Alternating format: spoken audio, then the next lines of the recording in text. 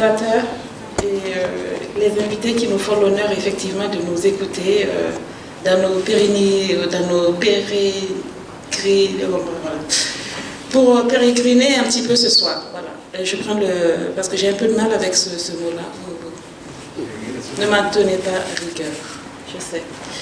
Donc, je suis Adissa Alira, je suis prof de lettres et d'histoire, également porte-parole du comité Joseph Kizerbo pour l'histoire de l'Afrique et de sa diaspora. Bien, puisque j'ai 15 minutes, je vais lancer parce qu'on ne voit pas passer le temps. Hein. Voilà, pour me présenter. Pour moi, évoquer la bataille de Vertières, parce que c'est le grand titre, le grand thème de la rencontre d'aujourd'hui, au cœur de l'université, c'est rendre hommage, tous les hommages, aux militants de la cause africaine, dans la suite des combattants victorieux de Vertières, qui a vu la défaite de l'armée napoléonienne. C'est aussi rendre un vibrant hommage à leurs ancêtres africains, dont ils sont les dignes descendants. Et aujourd'hui encore, aux nombreux autres combattants qui sont présents sur les champs de bataille de la survie en Haïti, en Afrique, dans le Sahel, au Burkina, au Mali, au Niger et tant d'autres endroits. Rendons-leur hommage parce que ces combattants sont également lancés dans la bataille pour nous écrire de belles pages pour demain. Ils sont présents sur ces champs de bataille-là. Mais alors, dans ma réflexion en vue de cette rencontre, je pensais à un des nôtres. C'est un Guadeloupéen, c'est Luc Renette. Je pense que certains d'entre vous doivent savoir qui est Luc Renette. Et j'ai donc pensé à Luc Renette, dont on a diffusé récemment un portrait sur la 5. Le portrait en question était, si on veut, teinté à la sauce du maître, voire même coloré. Hein. Plus que teinté, c'était coloré. Et dans le contexte de la Martinique d'aujourd'hui, vous allez savoir pourquoi je vous parle de Renette, de Guadeloupe, de Martinique. Il faut juste quelques minutes pour ça. Donc Renette, dont on a diffusé récemment un reportage coloré, très coloré, à la sauce du narrateur, si on veut. Mais j'ai envie de dire très tranquillement que Renette est un héros. C'est un héros d'aujourd'hui. Comme ceux d'hier, c'est un héros vivant qui gagne à être connu et enseigné aux plus jeunes, dont la liste est longue. C'est ainsi que j'ouvre mon propos pour premièrement magnifier ici nos liens d'attache avec les fils d'Afrique dans leur ensemble, où qu'ils soient éparpillés sur la surface de la mer des Caraïbes. Ils sont les nôtres. Ils sont les nôtres car je suis africaine. Ils sont les nôtres car je suis burkinabé. Ils sont les nôtres parce que je suis sahélienne. Ils sont les nôtres, où qu'ils soient.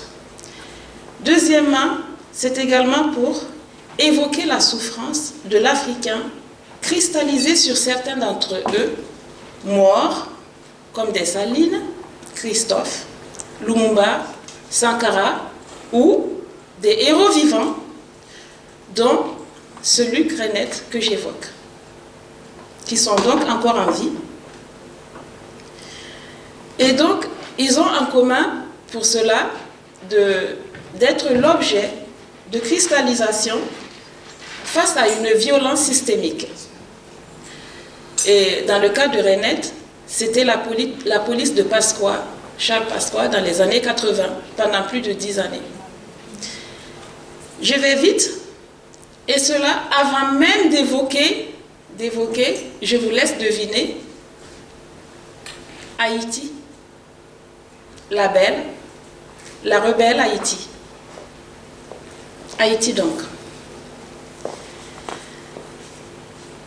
Ça, Haïti, le 18 novembre 1803, Vertières, qu'on ne compte pas à qui que ce soit dans cette salle. Vous en savez certainement plus que moi pour certains. Eh bien, mais j'étais donc dans cette réflexion, dans cette phase de réflexion, et je me disais, oui, je vais partir d'un héros d'aujourd'hui pour évoquer la continuité de cette histoire-là. Et puis alors, qu'est-ce que je n'entends pas le lendemain, lundi 14 novembre, sur les réseaux sociaux, on nous annonce la mort du professeur Kalala Omutunde, Jean-Luc. Là, j'ai pris un coup de massue, comme vous tous, un baobab à terre. Je ne savais donc plus comment réagir, puisque dans les circonstances qui sont actuelles, on n'a pas encore déterminé exactement la cause. J'ai envie de dire pourquoi tant de violence, mais on ne sait pas. On ne sait pas. À chacun de se poser des questions. Moi, je ne vais pas m'étaler là-dessus. Mais le choc est grand.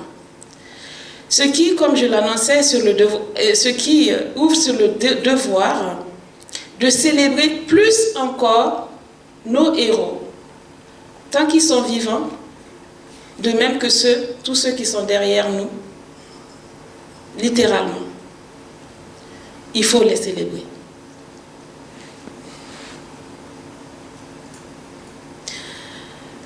C'est donc pour moi un devoir de les célébrer plus encore, parce que par rapport au traitement qui est systématiquement délivré, dès qu'il y a résistance, on se trouve face à un déploiement de force terrible, mais terrible.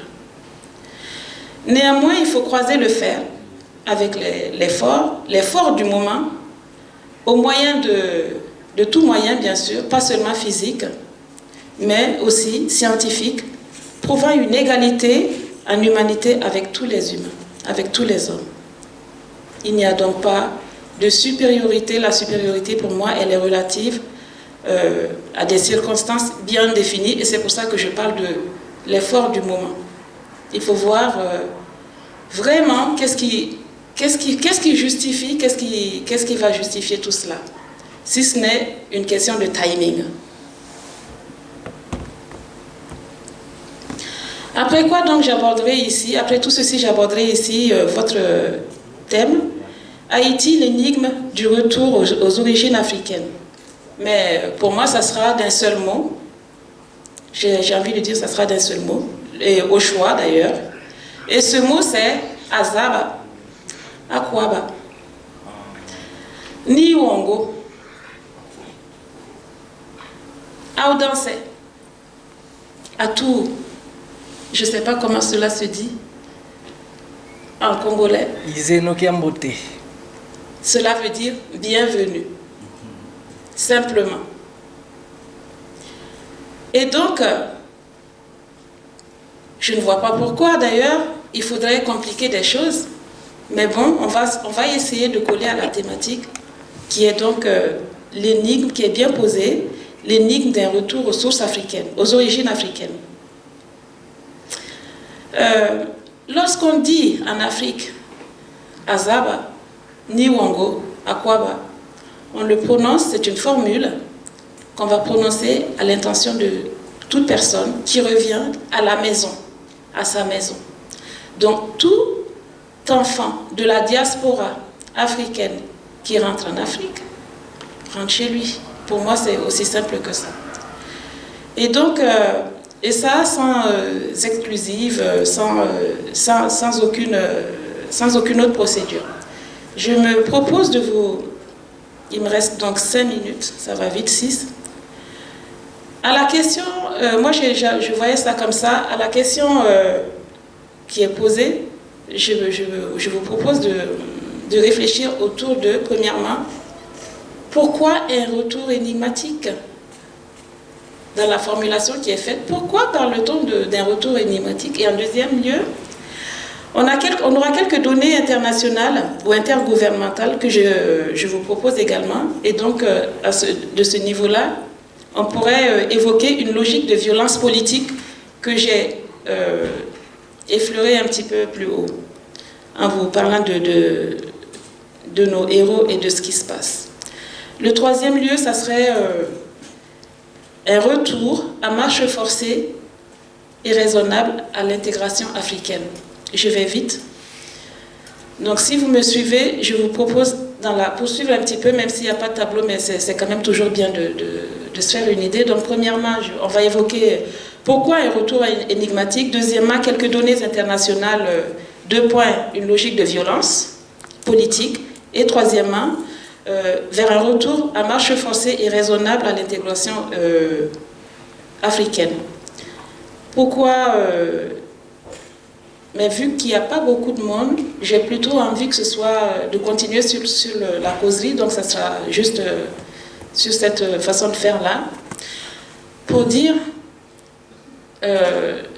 pourquoi ça serait énigmatique pour aller quelque part. J'ai besoin d'aller de Port-au-Prince à Abidjan, par exemple, je prends un billet, je vais à Air France, et d'ailleurs Air France c'est le mauvais exemple, mais bon, disons qu'il n'y a pas beaucoup d'alternatives, et donc je prends mon billet, je vais en Afrique. Pourquoi ça devrait être une énigme? L'énigme, ça serait soit que je n'ai pas les moyens financièrement d'effectuer le voyage, soit que je n'ai pas un lieu d'accueil, par exemple, hein, même si on peut aussi avoir d'autres... l'accueil, les barrières linguistiques, culturelles, etc. Or, ici, si je m'en tiens aux propos qui nous sont rapportés, il n'y a pas vraiment ce type de barrière-là.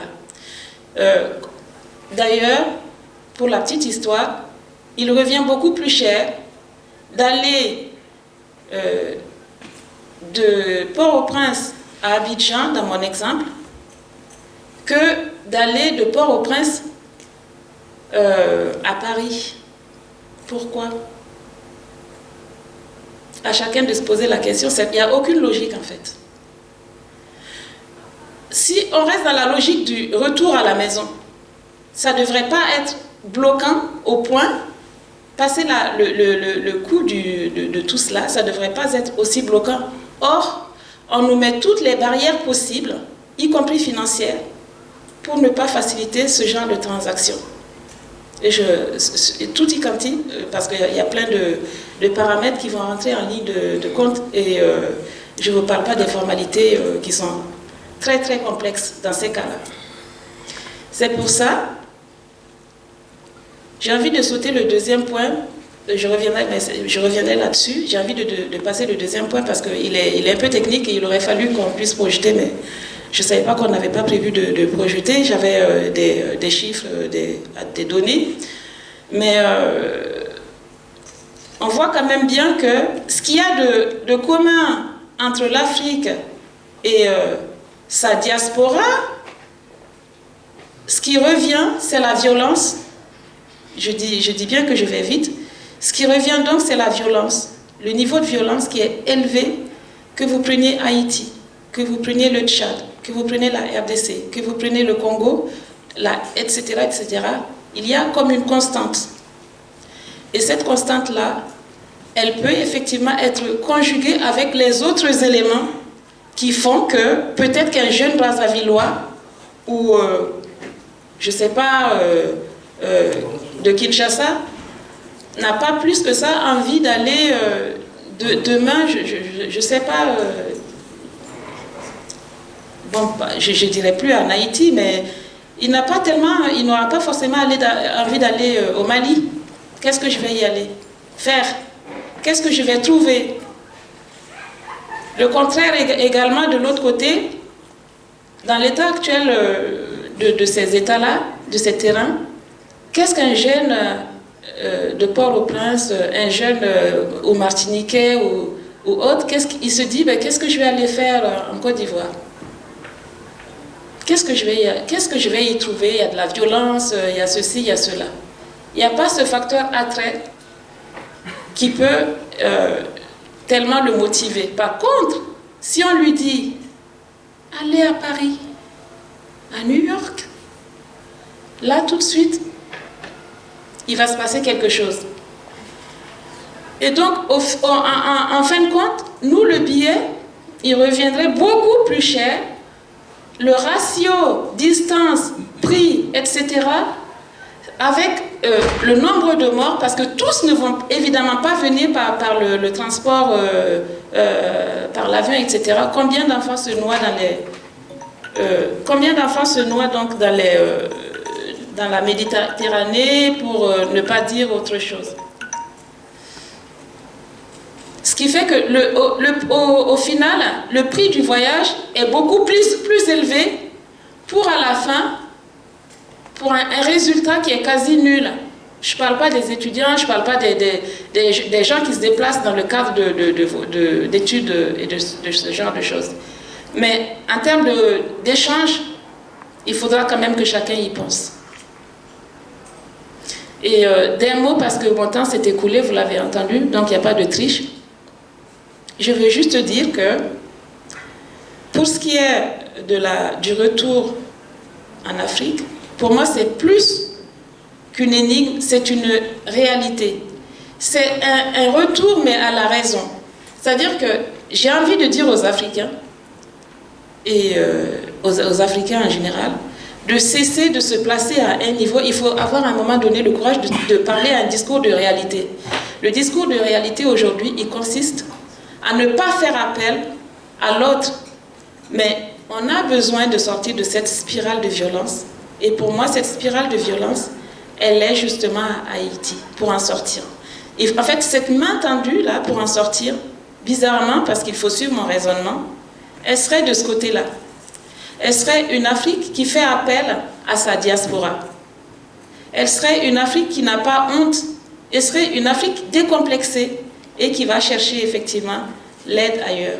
Mais on pourra continuer, je vais laisser la parole. Merci.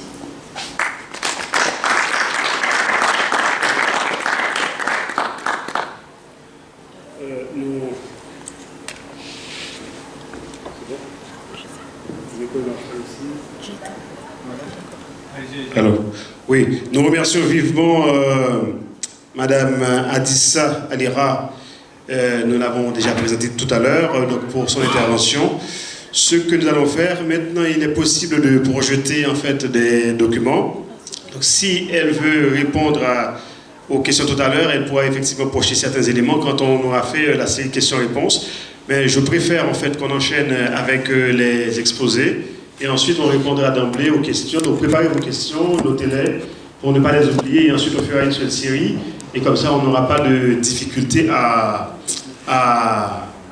faire la fête. Hein, et après.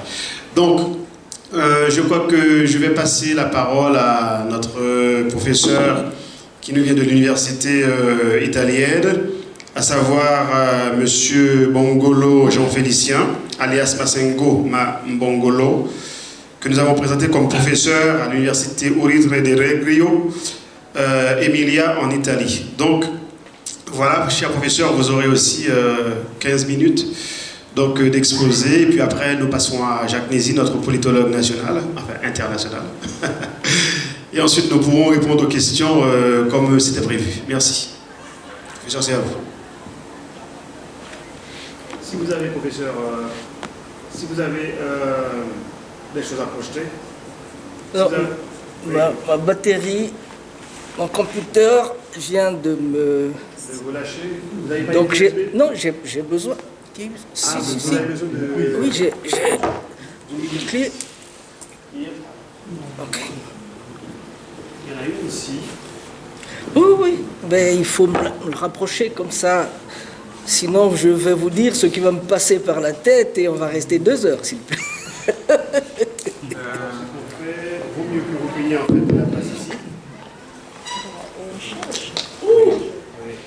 Je pense que ce serait mieux de changer avec Jacques. Il y a une prise à l'arrière. Ah d'accord, ok, d'accord. Non, attends, c'est bon. Il y en a une juste derrière les quelques monos là. Ici? Ouais, je l'amène normalement. Alors aujourd'hui, on va manger le fils du léopard.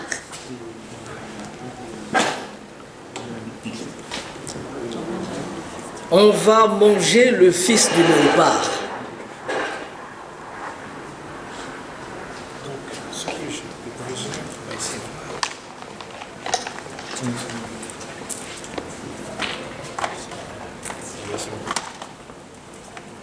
Je vais essayer de voir ce qu'on peut faire pour éviter que ça s'échappe. Voilà. Ok.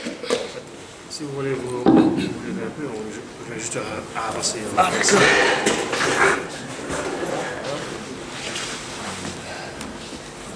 Et pour être plus à l'aise, ce que je fais, je peux tirer ça.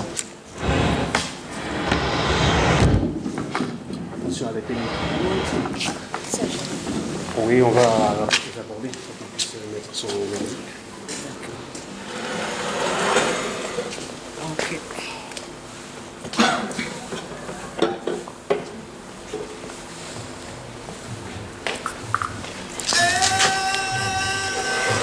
Voilà. C'est bon? C'est bon.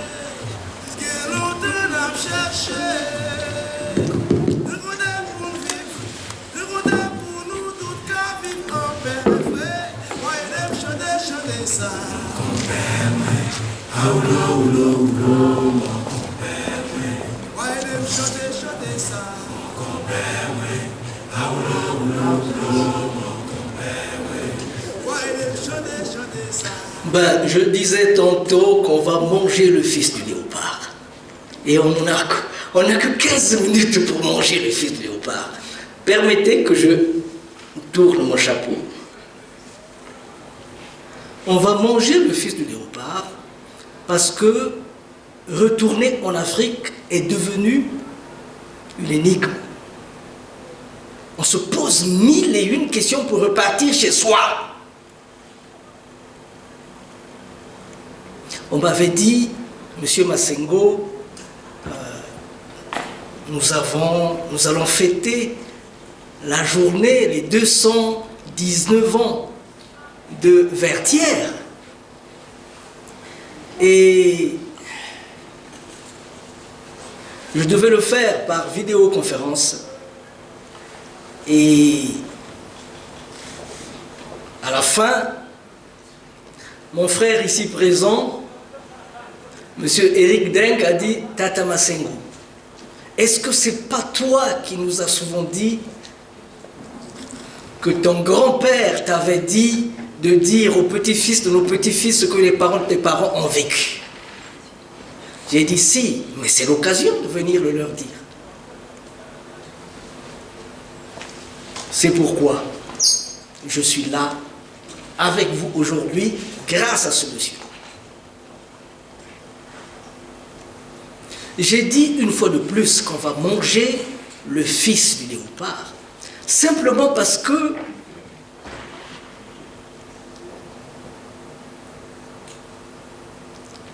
dans la loi, les lois LWA, dans le vaudou, pas L-O-I-S, mais L-W-A dans le vaudou, dans les lois, on dit il faut chevaucher le mystère. Curieusement,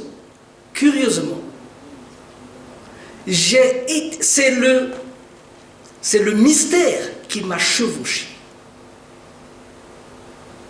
Très souvent, quand on entend parler cela, on a souvent l'impression de dire « Ah oui, ben c'est des choses lointaines, ah c'est des choses je ne sais comment ».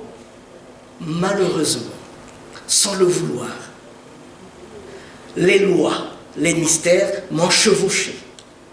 Je vais vous en parler bientôt. Et puis après, on va passer au retour en Afrique, qui est devenu une énigme. Mais avant tout cela, je voulais remercier Monsieur Odno, qui m'a invité pour être avec vous aujourd'hui. Je vais remercier l'université Paris 8 qui qui nous a donné cette opportunité de nous retrouver. Je remercie naturellement vous qui avez pris la peine d'être avec nous aujourd'hui.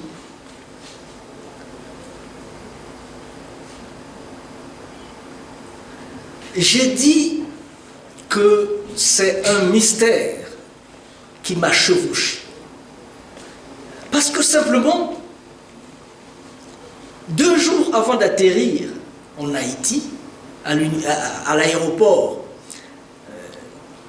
Toussaint Louverture de Haïti, je ne savais pas que je devais aller en Haïti.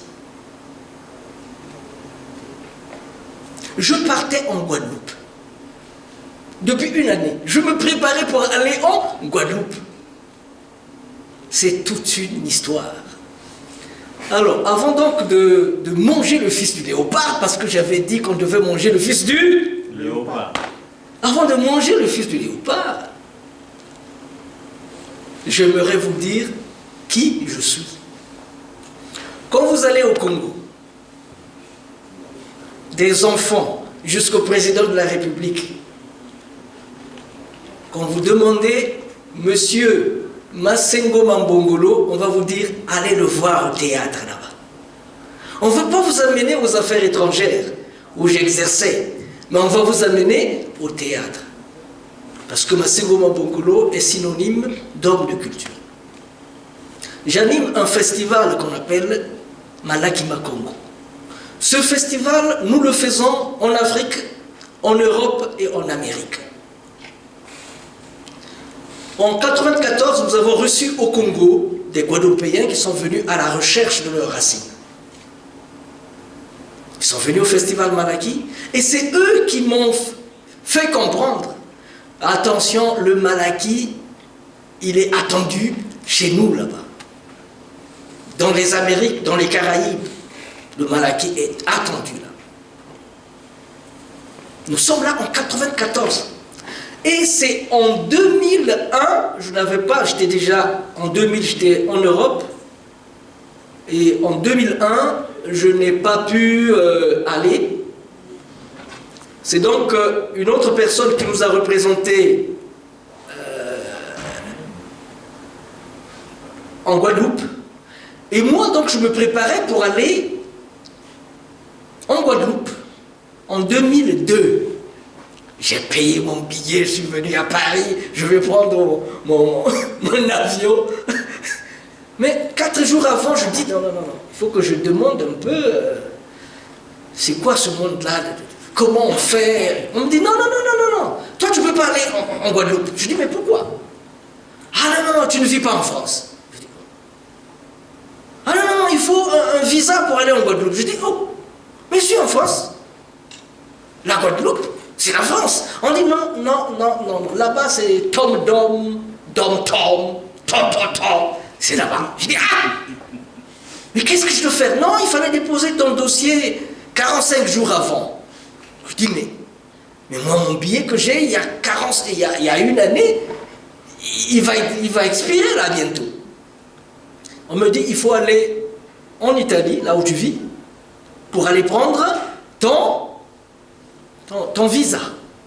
Je dis ah, j'ai sauté dans le premier train, je suis allé à Milan, j'arrive, on me dit non, mais ça c'est le vendredi, hein. Moi le lundi, si je ne voyage pas, le billet est perdu.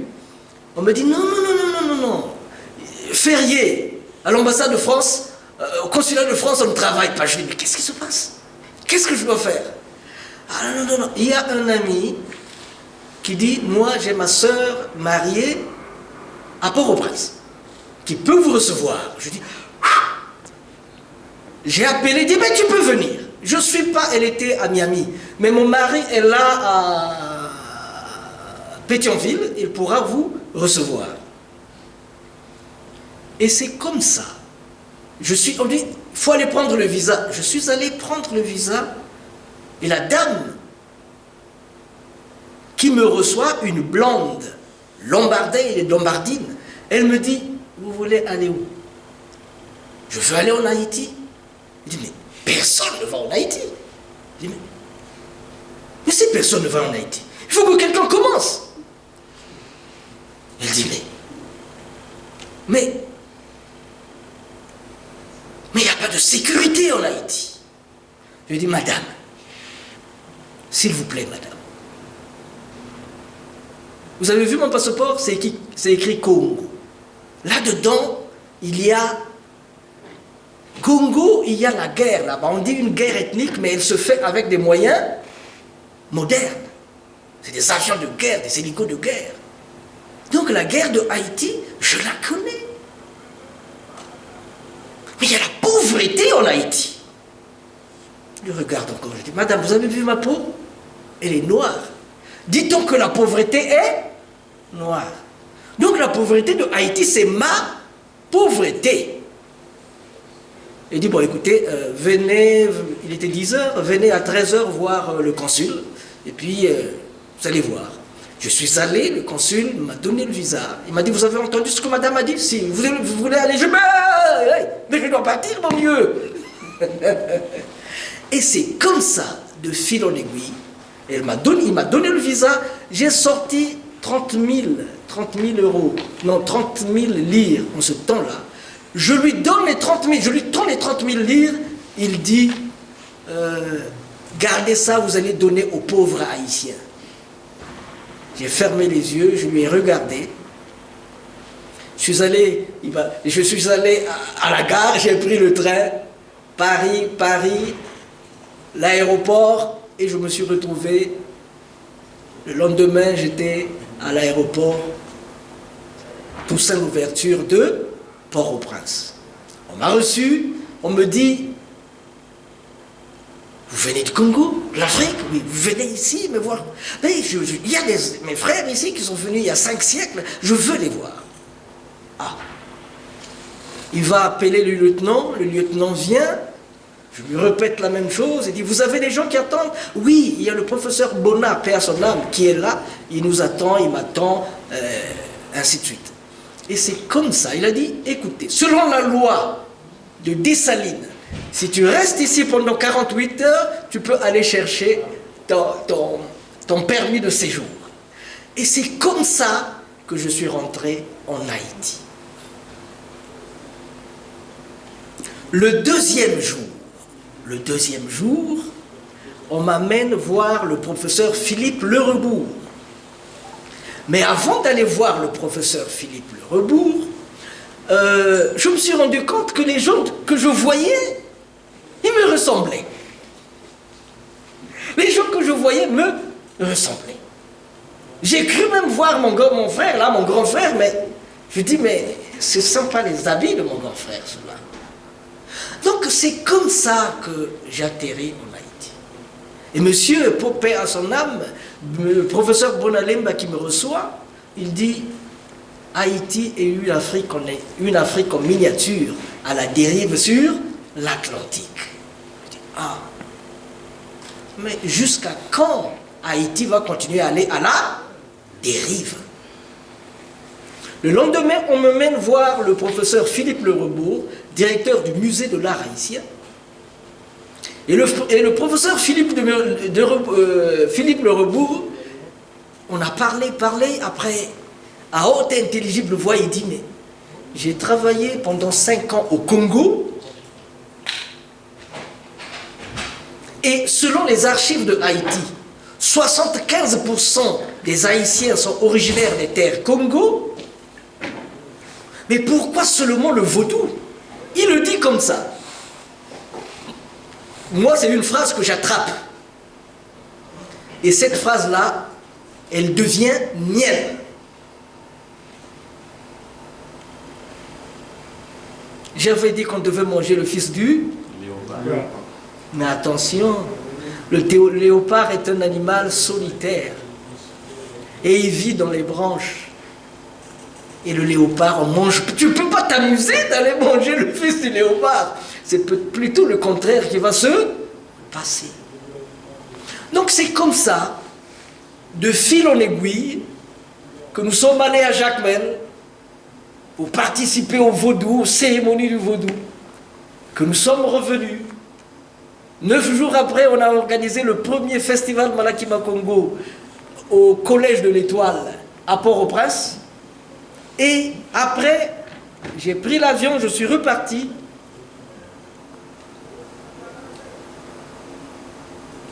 Ça fait 10 fois que je suis allé en Haïti. Depuis cette fois-là, 10 fois, je suis reparti en Haïti. Parce que tout le temps, il y avait une action qui suivait à une autre. On me dit, mais l'année prochaine, c'est le bicentenaire de Haïti. Je dis, ah! Mais comment ne dois-je pas aller au bicentenaire de Haïti? La vidéo est là, que j'ai tournée au bicentenaire de Haïti. La vidéo est là.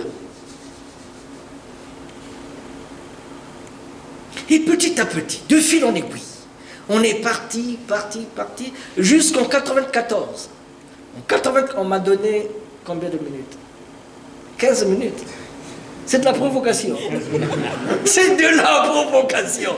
Parce que d'habitude, avec notre petite chaîne de télé, Malaki Afro Congo TV, quand je parle de Haïti, c'est 2 heures. Et aujourd'hui, on veut que je puisse parler de mon aïeul. Capois la mort. On veut parler de mon aïeul, Capois la mort. Et on me dit 15 minutes. C'est de la provocation. Alors, je me suis vu avec Ati Max Beauvoir beaucoup de fois. Et la 6e fois, quand il a su, parce que quand j'allais toujours, des amis du Vaudou m'avaient adopté. Donc quand je suis à Montagne-Noire. Pétionville, Montagne-Noire, là-bas c'est chez moi. Et nous avons créé une dizaine d'antennes de Malakima Congo en Amérique. Nous sommes en Guyane, en Martinique, en Guadeloupe, Saint-Domingo, Haïti, Venezuela, Guyane, Chili. Partout là, c'est chez moi. Partout là, c'est chez moi. J'ai traversé l'Atlantique près de 15 fois. Aller à la recherche de ce qu'on doit voir. Ce n'est plus une énigme pour moi, aller à la recherche de mes ancêtres, de mes parents qui sont là-bas. Alors, le professeur Philippe Le Rebout, quand on se voit, quand il apprend que M. Massengo est là, il dit à Ougon Elien Isaac, il lui dit, il faut dire à M. Massengo de ne pas quitter Haïti. Ah, pour ceux qui ne savent pas, Ati Max Beauvoir, hein, pour que ceux qui ne savent pas, Ati Max Beauvoir, il n'est plus malheureusement, c'est la sommité du vaudou haïtien. Parce que le vaudou tel qu'il fonctionne aujourd'hui, c'est plus ou moins lui qui l'a codifié. Alors, monsieur, il me dit, il faut dire à monsieur Massengo de ne pas partir. S'il ne me voit pas, il ne faut pas qu'il quitte le sol haïtien. Je dis, ah, on s'est déjà vu au moins 5 fois. Mais qu'est-ce qu'il me veut encore? Moi, j'étais à Jacmel. Je vais au Cap, je vais à Bois-Caïman, je vais là. Je vais à... Où c'est Vertières, là? Je vais à Vertières. Je suis ici, là. Au palais sans souci. Et je continue. J'étais là-bas, comme on a... Citadelle. On me dit non. Ati Max Beauvoir a encore appelé. Il dit, avant de partir, il faut qu'on se voit. Je dis, ah. Moi, je dois d'abord aller à Gonaïve. Je dois d'abord aller à Gonaïve, à Soukri. Hein? À Soukri. Souvenance, Soukri. Chez le vieux Dienguele, et puis après, on est parti là-bas. Toute la nuit, on a parlé le Kikongo. Monsieur Dienguele est un professeur congolais qui est installé en Haïti bientôt 40 ans, et ainsi de suite. Et puis après, j'ai continué sur Port-au-Prince. Je suis allé voir monsieur Ati Max Beauvoir. Monsieur Ati Max Beauvoir recevait ce jour-là un groupe haïtien, mais qui est basé à Californie, à Atlanta, comme ça. Atlanta? Non. La ville de Californie, là. San Francisco?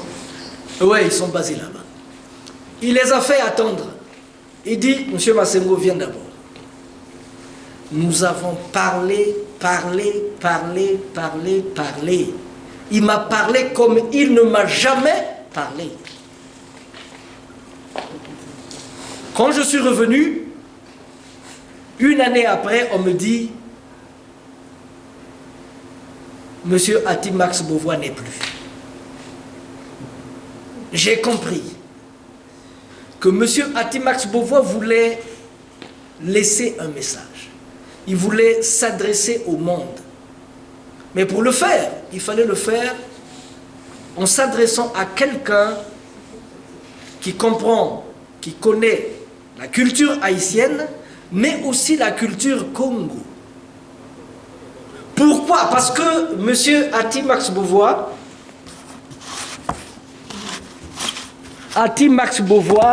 Ati veut dire un gros arbre qui protège tous les autres. En congolais, l'arbre, comment on l'appelle? Si au Bénin, l'arbre veut dire Ati, au Congo, l'arbre veut dire Mouti. Mouti ou bien Mouti. C'est-à-dire, pour comprendre certaines choses dans la culture haïtienne, si tu ne connais pas les langues africaines, si tu ne connais pas les langues parlées par la majorité de Haïtiens, c'est un coup d'épée dans l'eau. Quand il me reçoit, il me dit, après on est allé parler avec les autres artistes là, ceux qui venaient des Amériques, il me dit, moi je ne l'appelle pas Massengo Mambongolo, je l'appelle Massengo Makongolo. Congolo c'est quoi? Congolo c'est quoi? Congolo. Il y a des Haïtiens ici. Oui. Congolo c'est quoi? Je connais pas ça donc. Voilà. Congolo. Congolais, ouais, mais Congolais. Congolo c'est 1000 pattes. Congolo c'est 1000 pattes. Ok. Congolo donc je disais c'est 1000 pattes.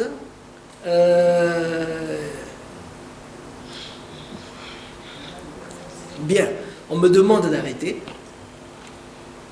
Vous avez 3 minutes. Mais ça, c'était juste pour dire. C'était juste pour dire que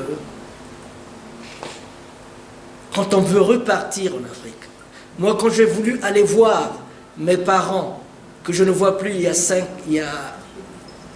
a 5 siècles, je n'ai pas demandé quoi que ce soit. On me dit, il y a l'insécurité, je dis c'est mon insécurité. Il y a la pauvreté, c'est moi pauvreté. Je suis allé. Et ça serait de même pour tout le monde. Imaginez que le général Dessalines apparaissait ici et qu'il vous regardait dans les yeux pour dire « Qu'est-ce que vous faites ici ?» Une énigme sur le retour de Haïti. Sur le retour aux origines africaines. Mais il va vous couper les têtes tout ça. Vous le connaissez, non? Ce retour-là, il doit être spirituel. Ce retour-là doit être spirituel. Dis-moi quel Dieu tu adores, je te dirai qui tu es. Si tu es un esclave ou un homme libre. Ce retour-là doit être un retour intellectuel. Dans ce sens qu'on vous a dit, on vous a dit que Moïse, que veut dire Moïse? C'est enfant sauvé des eaux. Mais dans quelle langue sauver un enfant de l'eau voudrait-il dire Moïse? Pourquoi ces hommes-là, intellectuels qui ont écrit la Bible et qui connaissent tout ça, pourquoi ils ne nous ont pas amenés à comprendre quelle était la langue que parlait le pharaon qui a donné le nom Moïse à Moïse? Moïse, qui veut dire Moussa en arabe, Munza en langue Congo, ça veut dire dans l'eau. Moïse est un nom Congo. Le retour, non seulement qu'il doit être intellectuel, ce retour doit être identitaire. Quand Kalala Omotunde, qui va se retrouver devant les ancêtres, qui vont mettre son cœur d'un côté et la plume de l'autre, ils vont l'appeler, pas par un nom d'esclave, ils vont l'appeler Kalala Omotunde. Et déjà au moins, il a 80% de chance pour passer. Ce voyage, donc, il doit être identitaire. Il doit être identitaire. Ce voyage, il ne faut même pas se poser des questions. Tu prends ton baluchon, tu es parti. Il y a au Bénin, la famille Dia, ils sont venus de Guadeloupe, ils se sont installés là. Et quand je suis allé au Bénin, pour la deuxième fois, ils ont créé une école là-bas. Un enfant de 13 ans m'a dit, je lui ai dit, mais qu'est-ce que ces Rastaman vous apprennent ici? Il dit, ces Rastaman là nous apprennent à reconnaître notre identité et à la défendre. L'enfant avec quel âge? 13 ans. Il y a des universitaires ici qui ne savent même pas reconnaître leur identité et la défendre. Il y a qui? Il y a Bob Marley. Il va mourir. Mais il dit à sa femme, prends mes locks, amène-les dans le fleuve Congo. Madame Rita Marley est venue avec les locks de Bob Marley. Ils ont fait des libations, une belle prière, ils ont jeté les locks dans le fleuve Congo. Il est reparti. Qui c'est? Le trompettiste là. Quand il est mort, ses cendres, on les a menées au Ghana. Ainsi de suite. C'est seulement pour dire que, excusez-moi de vous le dire, nous faisons honte à nos ancêtres.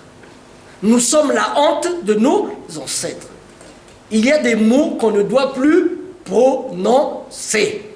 Sinon, je vais vous faire manger le fils du... Merci à vous.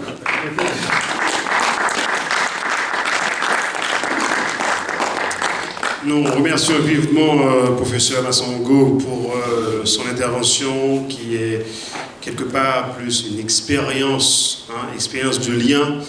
Et apparemment, ce n'est pas le retour aux origines africaines, mais c'est le retour aux origines caribéennes, haïtiennes de notre frère Congo, parce qu'effectivement, dans l'ouvrage qui s'intitule alors c'est pas Haïti, c'est problème, c'est l'ouvrage de Paris en 1988, Les Marrons de la Liberté. 51% à peu près, en tout cas au moins, d'Haïtiens sont d'origine du royaume Congo, ça c'est pour sûr, et on a des références là-dessus. Et à partir de ce moment-là, on comprend bien que depuis, on va dire qu'on commence à prendre l'Artibonite et le plateau central, et pour monter jusque vers le nord, les Congos sont là. Et le poids Congo, on n'oubliera pas, ça vient aussi de ces origines-là. Donc il faut bien qu'on le signale. Donc l'Afrique est là-bas. Et lorsque le professeur a dit aussi que Haïti, on lui a dit qu'Haïti est c'est-à-dire c'est une sorte de... C'est l'Afrique concentrée, quelque part. C'est pas faux parce que quand on lit cet ouvrage aussi, on peut compter au moins 100 ethnies africaines qui se retrouvent là-bas, au moins. C'est-à-dire peut-être même qu'il y en a plus que ça. Et il y a des pays africains qui n'ont pas 100 ethnies africaines. Donc vous comprenez bien ce qu'il y a. Alors, nous remercions le professeur. Donc s'il y a des questions aussi, c'est pour tout à l'heure. Jacques Nézy va souffrir un peu. Et c'est comme ça pour son frère, son cousin, et peu importe. Donc, non, mais nous lui donnons ces 15 minutes aussi. Donc, c'est nous qui allons souffrir par rapport aux questions. Parce que, de toute façon, tout à l'heure, on va passer à la partie culturelle. Et il nous faut terminer, en fait, on va dire, avec toute la série culturelle et exposée à 19h. Donc, du coup, on a un peu de temps quand même. Il faut qu'on le signale, mais on n'en a pas beaucoup. On n'en a pas trop. Donc, Jacques Nézy, c'est à ton tour pour ton exposé. Merci. Jacques Nézy préfère être pasteur. Je vois pas trop bien. Bon, bonsoir, merci d'avoir fait le déplacement. Merci à Jean qui a renouvelé cette démarche qui remonte à plus de 4 ans. Il y a eu le Covid et puis je pense qu'il a eu aussi quelques inconvénients qui l'ont empêché de renouveler cette initiative. Et le thème me paraît assez intéressant. D'ailleurs, le professeur tout à l'heure vient de donner l'illustration. Haïti, l'énigme du retour aux origines africaines. Mais ce qui m'interpelle, c'est d'abord le terme énigme, c'est-à-dire qu'il y a un problème à résoudre. Et que pour résoudre ce problème, il faut d'abord le poser. Et comme le professeur a soulevé, il se demande pourquoi la question est posée, énigme du retour aux origines africaines. Alors le sujet évoque un projet d'engager le retour aux origines africaines, c'est-à-dire la tradition, la culture et l'anthropologie africaine. Mais de quel retour s'agit-il? Le professeur l'a indiqué tout à l'heure, il s'agit d'un retour spirituel. Et que chaque Haïtien toujours dit, eh bien, on est venu de la Guinée. Mais cette Guinée, elle est dans l'imaginaire. Parce que, bon, tout à l'heure, docteur Josué et Pierre viennent de dire que la grande majorité des Haïtiens viennent du Congo, mais pourtant on ne dit pas on va au Congo, mais en général on dit qu'on va en Guinée. Et que finalement, cette traversée vers la Guinée ne peut être assurée qu'après la mort. Donc elle n'est pas physique, elle est immatérielle. Mais de l'autre côté, il faut se poser la question, quelle est donc la relation des Haïtiens avec cette terre qu'ils habitent, étant donné qu'ils sont tous en transit. Et on le voit en général, hein, c'est le rêve d'ailleurs de tous les Haïtiens aujourd'hui, les plus jeunes d'ailleurs, ils partent tous, soit avec la République dominicaine, le Chili, etc. Prise en tenaille, c'est vrai, par les questions sécuritaires et les questions liées aussi à la dégradation de l'environnement politique. Mais on voit bien qu'il y a une sorte de relation d'extranéité, c'est-à-dire cette terre habitée par les Haïtiens, on dirait que cette terre ne leur appartient pas, puisqu'ils doivent tous partir en Guinée.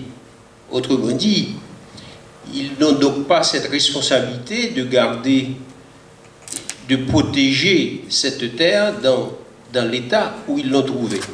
C'est peut-être ce qui explique cette dégradation de l'environnement physique et de l'environnement politique, étant donné que l'Haïtien sait que cette terre qu'il habite ne lui appartient pas et qu'il est donc en transit. Mais ce qui a suscité ma réflexion, c'est de comprendre comment cette relation des Haïtiens avec l'Afrique, comment cette relation elle est vécue depuis l'indépendance et même jusqu'à aujourd'hui. Et je vois une relation d'ambivalence. C'est-à-dire, après l'indépendance, le retour vers l'Afrique, je dirais, c'est un retour contrarié. Un retour contrarié, bon, il faut se reporter aux années qui ont suivi l'après-indépendance. Et que être africain, c'était dévalorisant en Haïti à l'époque.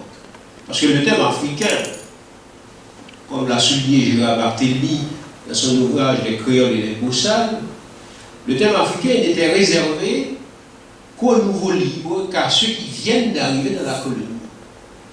Ils ont à peine 20 ans. Ils n'ont pas encore eu l'expérience de la pratique esclavagiste.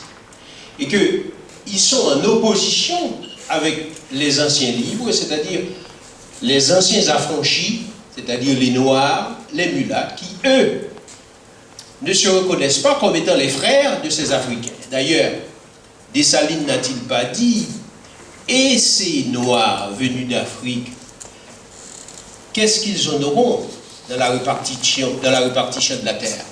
Autrement dit, il y avait une lutte entre ces Africains, c'est-à-dire ces nouveaux libres, et les anciens libres, parce qu'on ne les a pas reconnus en tant que tels, c'est-à-dire comme étant des Haïtiens à part entière, insérés dans la société haïtienne. D'ailleurs, on va le voir, jusqu'à encore aujourd'hui, c'est une tare. Et que cette séparation est donc établie entre Africains et les autres. Et on va le voir, cette séparation, à travers le problème de la main-d'œuvre, ce problème qui va se poser tout de suite après l'indépendance, puisque la grande majorité de la main-d'œuvre haïtienne, elle a été consommée par les guerres coloniales. Une bonne partie de la population a été décimée. Il restait que les jeunes. Or, ces jeunes, c'est-à-dire ces nouveaux libres ou ces Africains, comme on les appelle à l'époque, ne voulaient pas se soumettre à un régime de travail aussi rigoureux. D'où la question de faire appel à une autre main-d'œuvre qui serait venue de l'Afrique. Donc, dans les notes Mackenzie Charles, par exemple, dans les notes sur Haïti, il explique que la partie la plus jeune des gens vivant en dehors des villes me semblait passer l'essentiel de son temps à flâner sans but apparent. Je cite le rapport de Mackenzie Charles. Le peu de travail qui est fait dans les champs est en général accompli par les anciens et plus particulièrement par les nègres de Guinée. Fin de citation. Donc cette main-d'œuvre agricole constituée de jeunes Africains nés et grandis en dehors d'un système esclavagiste qu'ils n'auront pas connu pose problème puisqu'ils ne sont pas soumis à la rigueur du travail. Et ce problème de la main-d'œuvre, qui est un problème récurrent puisque même Toussaint Louverture l'avait évoqué dans son projet de constitution, dans son article 17, il prévoit même de faire appel à la main-d'œuvre africaine pour maintenir le niveau de la production agricole. Et l'historien Beaubrun Ardouin explique que ce problème a été posé aussi par Dessalines, Henri Christophe, et ils avaient cette tendance à introduire des Noirs d'Afrique par la traite et même entrer en pourparlers à ce sujet avec les Anglais sous le prétexte d'augmenter leur armée pour avoir des nouveaux cultivateurs plus abrutis que les anciens. Et je ne vais pas suivre d'autres considérations, mais il y a beaucoup de témoignages qui prouvent que cette préoccupation de la main-d'œuvre africaine, même après l'indépendance, elle a été au centre de la politique de Dessalines, de Christophe et même de Pétion. Et à côté de cette main-d'œuvre directement importée d'Afrique, on note sous Dessalines une volonté affirmée de faire rentrer au pays les fugitifs noirs de Saint-Domingue, réfugiés aux États-Unis. Et même sous Boyer, il envisageait l'accueil de plusieurs milliers de Noirs américains affranchis que les sociétés philanthropiques des États-Unis encourageaient à aller se fixer en Haïti. Donc on voit bien, cette image d'Africain, elle est complètement négative après l'indépendance. Mais cette image, cette représentation négative, elle va être travaillée par l'opposition entre l'élite haïtienne qui est occidentalisée et les masses noires considérées comme aujourd'hui comme étant les paysans. Alors, cette élite occidentalisée, civilisée, qui s'appelle élite civilisée parce qu'elle a été formée en France, considère que l'Africain, lui, ou le paysan, c'est le sauvage, et que lui, il fait partie du monde civilisé. Et cette fracture entre les affranchis noirs et les nouveaux libres, comme je vous le disais tout à l'heure, va donc susciter une autre fossée entre l'élite haïtienne, qui considère que ces Bosals sont à l'état sauvage, et que les créoles sont civilisés. Les créoles, ce sont donc les anciens libres, et que les Bosals, ce sont donc ceux qui viennent d'arriver dans la colonie, et que l'indépendance va avoir lieu, et que ces Bosals n'ont pas pu être insérés, comme je vous le disais tout à l'heure, dans l'ordre esclavagiste. Et que le sauvage africain est jugé comme étant un signe d'obscurantisme et de honte, et l'élite haïtienne occidentalisée tend à prendre ses distances envers le sauvage africain. D'ailleurs, Sténio Vincent, ancien président d'Haïti, intellectuel et brillant, d'ailleurs, voici comment il écrivait cet Africain, comme on l'appelle par la suite, ce paysan, comment il le décrit avec dédain. Je cite Sténio Vincent, en parlant du paysan africain. Je cite, enfantin et craintif, phénoménal de faiblesse, d'impuissance et d'ignorance, très doux, très passif, sans envie, sans désir, sans besoin, d'humeur égale, instinctive, riant toujours de ses belles dents blanches, aussitôt qu'on lui parle, riant de tout, d'un ordre bref qu'on lui donne avec indifférence, d'une réprimande, d'une plaisanterie, de quelque com qu'on glisse entre ses mains cailleuses, d'une menace de coup, riant même sous le coco macaque, il reste animal et végétatif, avec un air d'avoir peur de penser et d'oser croire qu'il est un homme. Je cite toujours Seigneur Vincent, « Aucune lueur encore dans la nuit compacte des âmes de ces gens des mornes. Que serait-il? Quel avenir réservé à cette chose humaine ?» Fin de citation. Voilà comment un intellectuel haïtien décrit donc cet Africain, ce paysan.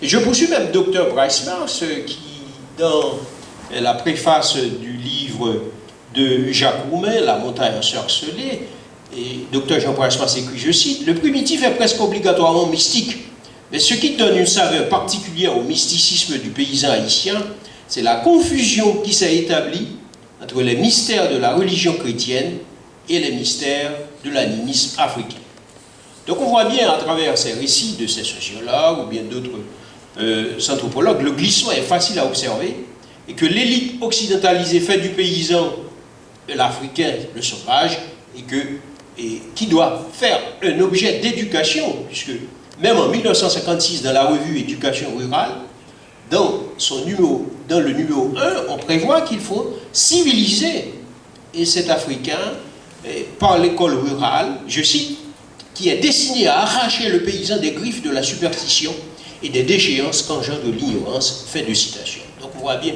toute la distanciation. Maintenant, ces représentations négatives projetées de l'Afrique, eh bien, elles s'expliquent par le fait aussi qu'il y a eu un ensemble de récits, ce qu'on appelle de la littérature coloniale, des récits des romanciers, des explorateurs français, qui décrivent une Afrique qui correspond à leur fantasme. Très souvent, quelques-uns de ces romanciers ne se sont pas rendus en Afrique, mais ils ont eu des représentations négatives sur l'Afrique. Alors, Jean Casimir, dans son essai « Haïti et ses élites, dialogue dessous », montre bien que le système, justement, de la plantation coloniale va expliquer encore aujourd'hui cette différenciation et cette incapacité à intégrer le paysan haïtien dans la société haïtienne, et compte tenu de ces représentations négatives projetées par l'Afrique. Alors, ce qu'on pourrait tenter de dire aussi, c'est que ces représentations négatives par l'Afrique, il y en a d'autres représentations qui ne sont pas celles du 19e siècle, mais d'autres. Et par exemple, l'Afrique déçoit Haïti, c'est-à-dire après les années 1960, on pensait que la colonisation pourrait constituer une période de modernisation pour les régimes politiques africains. Tel n'est pas le cas. On voit bien qu'il s'agit des monarques arrivés au pouvoir à l'occasion des coups d'État et certainement avec la bénédiction de l'ancienne puissance coloniale.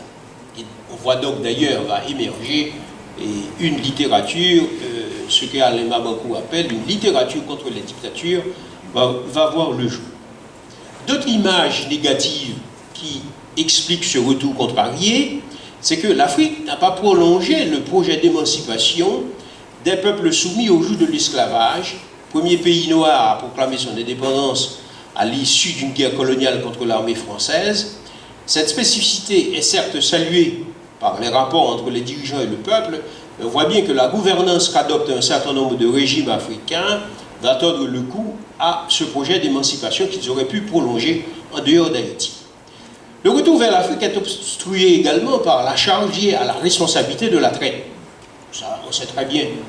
Et que cette responsabilité de la traite n'est pas seulement imputable aux Africains, puisqu'on sait très bien qu'il y a des villes françaises de Saint-Malo, de La Rochelle, de Bordeaux, et qui ont une part active à ce commerce triangulaire. Mais la représentation, la responsabilité, elle est aussi imputée aux Africains, une sorte de tragédie à laquelle ils ont pris part, et puisque selon certains rapports, il y a eu évidemment des acheteurs et des vendeurs. Alors, les acheteurs, on sait très bien, le Portugal, l'Espagne, la France, les Pays-Bas, et notamment le Portugal qui a acheté 4 650 000 esclaves, l'Angleterre 2 600 000, l'Espagne 1 600 000, la France 1 250 000, mais il y a eu aussi des vendeurs.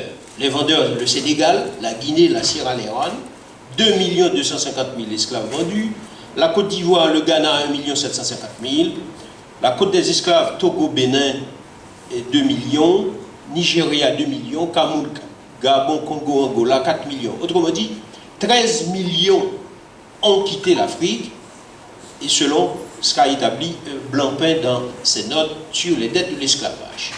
Alors tout ceci est pour vous montrer que comment ce retour vers l'Afrique à un certain moment évolue en fonction de la période, mais c'est une lecture assez ambivalente, puisque de notre côté, on voit bien que ce retour vers l'Afrique s'est posé par survie et par nécessité. Par survie, parce que face à l'occupation américaine et à la perte des repères observés en Haïti, les intellectuels haïtiens vont donc recourir à l'Afrique comme étant une source de survie. 1915, l'occupation d'Haïti par les Américains poussera les intellectuels à valoriser leurs propres traditions, à célébrer leur folklore, leur mythe, leur paysage, leurs racines africaines, et par conséquent à entamer une importante révolution culturelle. Il faut le rappeler par exemple, la revue La Ronde, la revue de la Ligue de la jeunesse haïtienne, la Nouvelle Ronde, la revue indigène, les griots, tout ceci participe à une sorte de reconquête vers l'Afrique.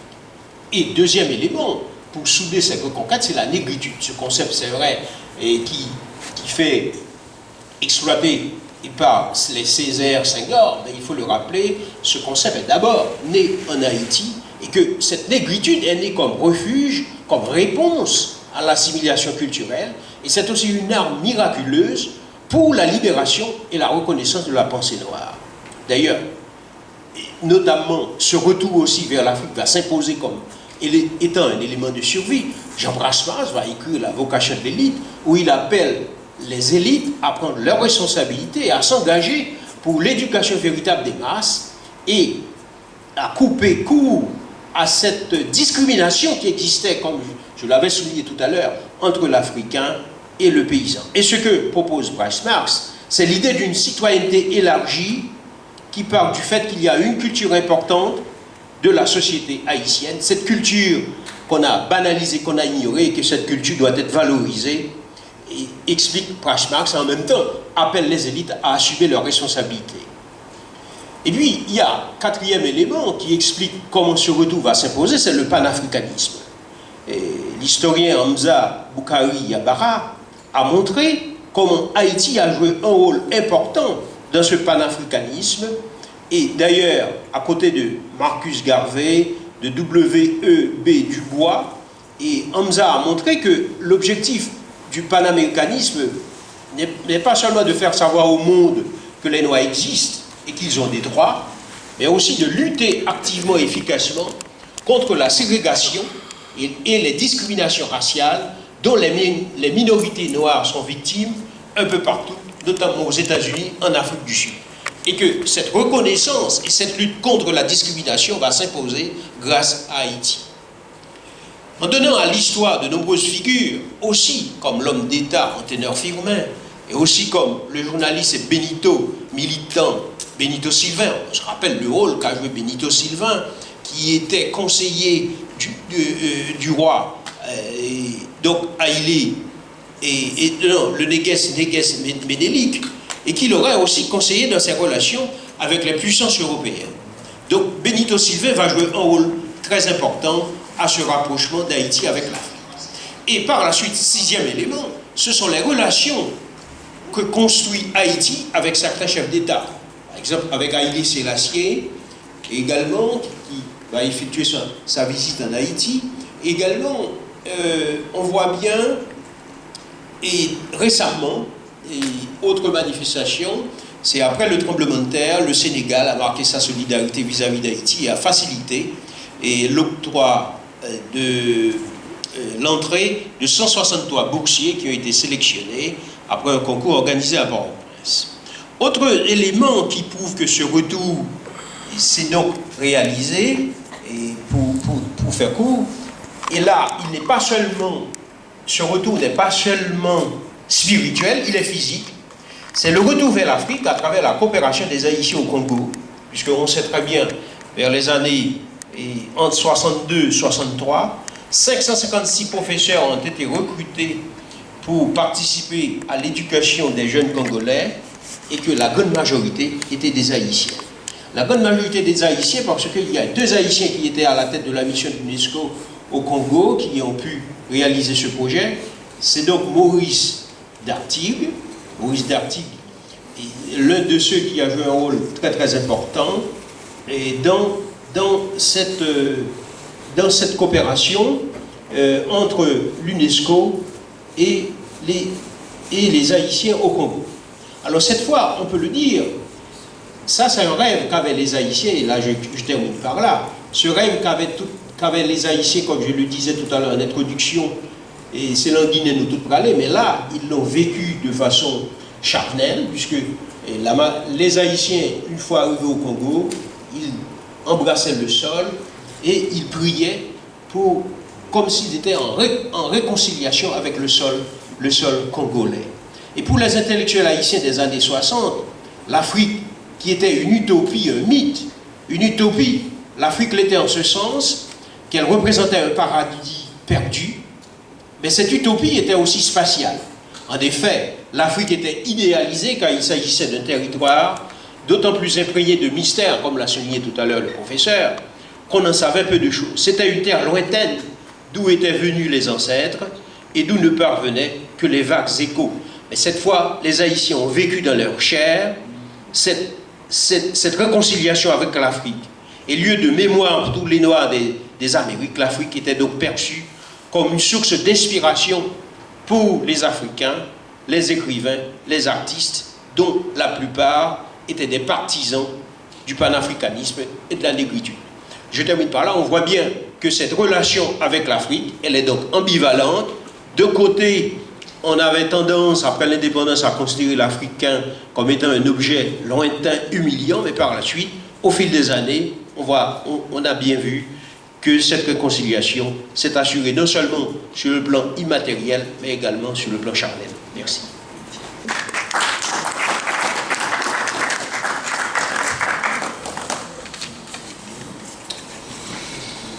Donc nous remercions le docteur en sciences politiques, politologue et chroniqueur, etc., et auteur aussi, Jacques Nézy, pour sa prestation de ce soir. Alors si on fait le résumé des 3 interventions, nous avons professeur Massongo, nous avons Jacques Nézy, nous avons également, que je ne fasse pas d'erreur dans le nom, Madame Adissa Alira, donc professeure d'histoire également, militante afrodescendante. Donc elle travaille aussi sur les femmes de la migration. Donc on est quand même très bien servi aujourd'hui. On a eu 3 belles interventions avec nos frères et cousins et compères, si on veut, africains, et bien sûr avec notre Jacques Nézy International. Donc ceci dit, s'il y a des questions, et je suppose qu'il doit y en avoir, ou peut-être, voilà, vous avez 1 minute de réponse pour une question, et on ne va pas prendre beaucoup, on va aller sur 5-7 questions maximum à 1 minute, donc ce qui nous fera à peu près 11 minutes et demie, puisque en fait on va donner que 30 secondes pour poser la question.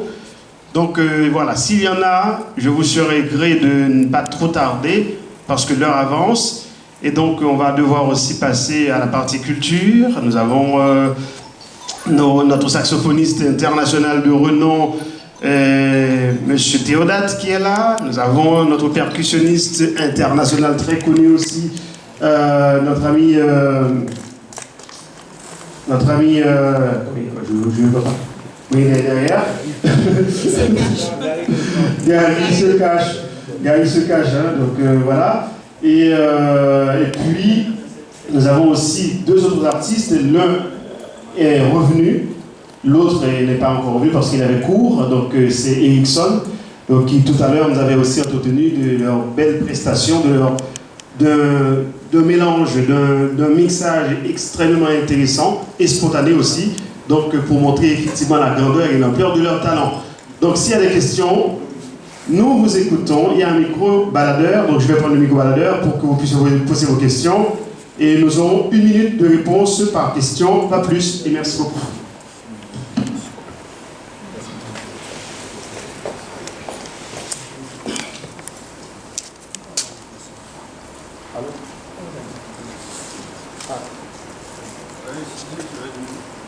C'est bon? Ok, merci. Est-ce qu'il y a des questions? D'accord, il y a une question ici. Bonsoir tout le monde. J'avais une question qui s'adresse peut-être plus à M. Nézi. En ce qui concerne la provenance ethnique des Haïtiens, vous avez dit tout à l'heure que 51%, si je me souviens bien, seraient originaires du Congo. Mais moi j'ai souvent entendu parler du Bénin et aussi une question peut-être en corrélation. Comment se fait-il qu'il y a beaucoup d'Antillais qui sont attirés précisément par ce pays-là, le Bénin, en Afrique plus que les autres? Voilà ce que je voulais vous demander. Je ne connais pas beaucoup, donc si je pourrais avoir vos lumières. Merci.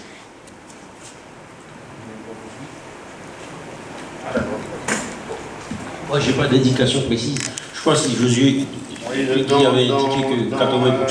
Dans Haïti, dans l'ouvrage Les Marrons de la Liberté, ont toutes ces indications. Oui, c'est vrai, je ne sais pas.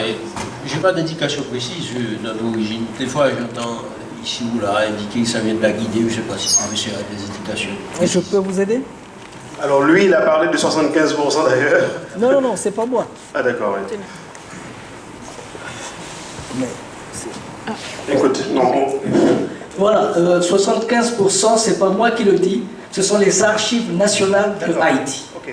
Maintenant, le Attila Max Beauvois m'a dit, et c'est écrit dans le livre là, sur les traces Congo dans les Amériques de Haïti, que M. Massengo, dans votre premier livre, vous avez dit que les archives disent 75%. Non, il faut voir ce chiffre à la hausse. Ça. Mais de toute façon, le Royaume Congo, il faut aussi rappeler aux gens, c'est pas que l'actuel Congo qu'on a là, c'était beaucoup plus grand aussi avant.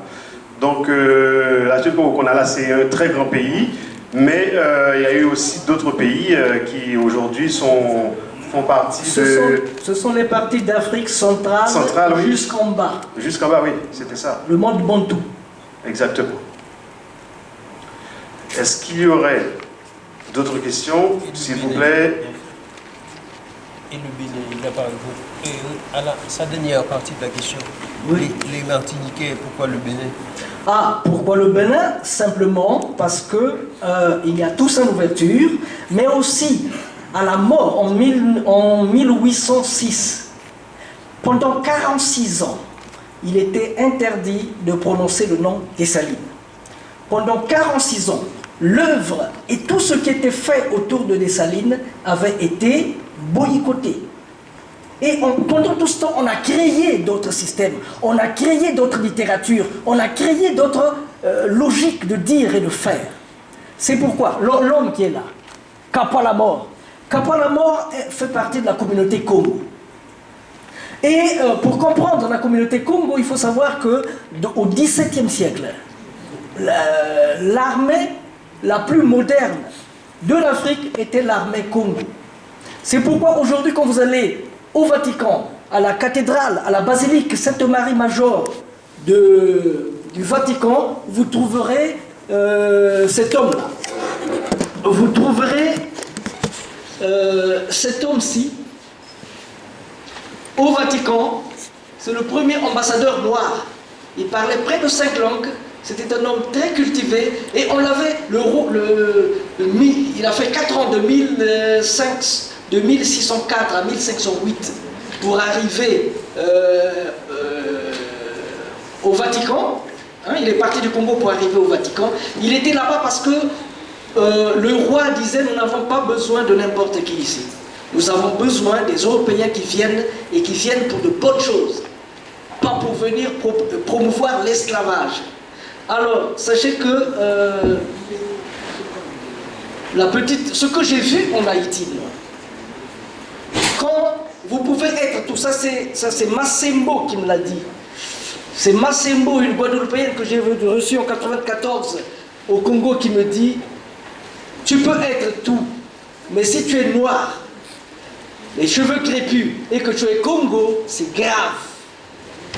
Et pourquoi ces hommes-là dont on avait besoin dont on avait besoin pour remplacer les travailleurs dans les champs, c'était des agriculteurs et tout ça, c'était des charpentiers, des machins, parce que vous n'avez pas vu le royaume Congo au 15e et au 16e siècle. C'était très grand. Les maisons étaient à 2 niveaux, ainsi de suite.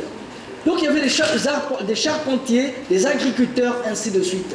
Malheureusement, après le travail qui a été fait par les Kapalamor, on dit, mais qui sont ces hommes-là qui, une fois, ils mettent la main sur une garnison, ils se mettent à blaguer avec les armes comme des petits pains.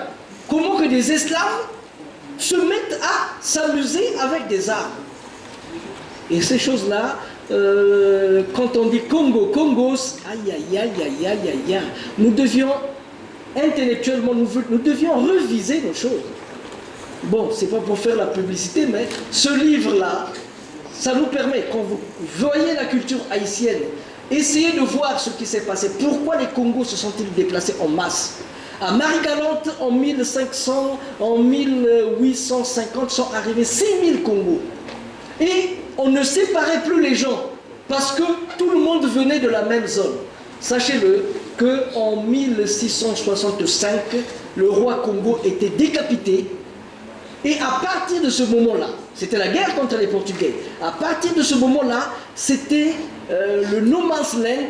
C'est pourquoi tous ces spirites, ces grands prêtres, les prêtres spirituels, les Nganga sont partis, ils ont créé le palo, comment on appelle ça, le Pedro Lemba. C'est le vaudou aux yeux rouges, le Pedro Lemba, et ça nous a donné tout ce qu'on a vu. D'accord. Alors, nous remercions le professeur. Il y avait une question, oui, lui, déjà, lui, et puis ensuite, derrière, je vais répondre après. On y va assez vite. Je profite de l'occasion pour remercier les conférenciers. Donc, ma question, c'est, en ce qui a trait avec le sujet, ou du moins le titre, Haïti, l'énigme du retour aux origines africaines.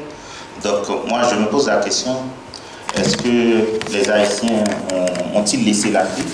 Par exemple, si je reprends la thèse de Gérard Barthélemy en ce qui a trait avec la division créole-bossale, donc les bossales sont toujours au trait de l'Afrique. Donc, j'aimerais bien savoir, est-ce que vraiment il y a un retour possible? Et s'il y a un retour, pourquoi faire ce retour? Qu'est-ce qui manque de concret aux Haïtiens pour qu'ils puissent se retourner en Afrique? Oui, dans l'exposé tout à l'heure, j'ai oublié, et bon, faute de temps, d'ajouter quelques éléments ambigus sur ce retour. On sait très bien, Haïti a été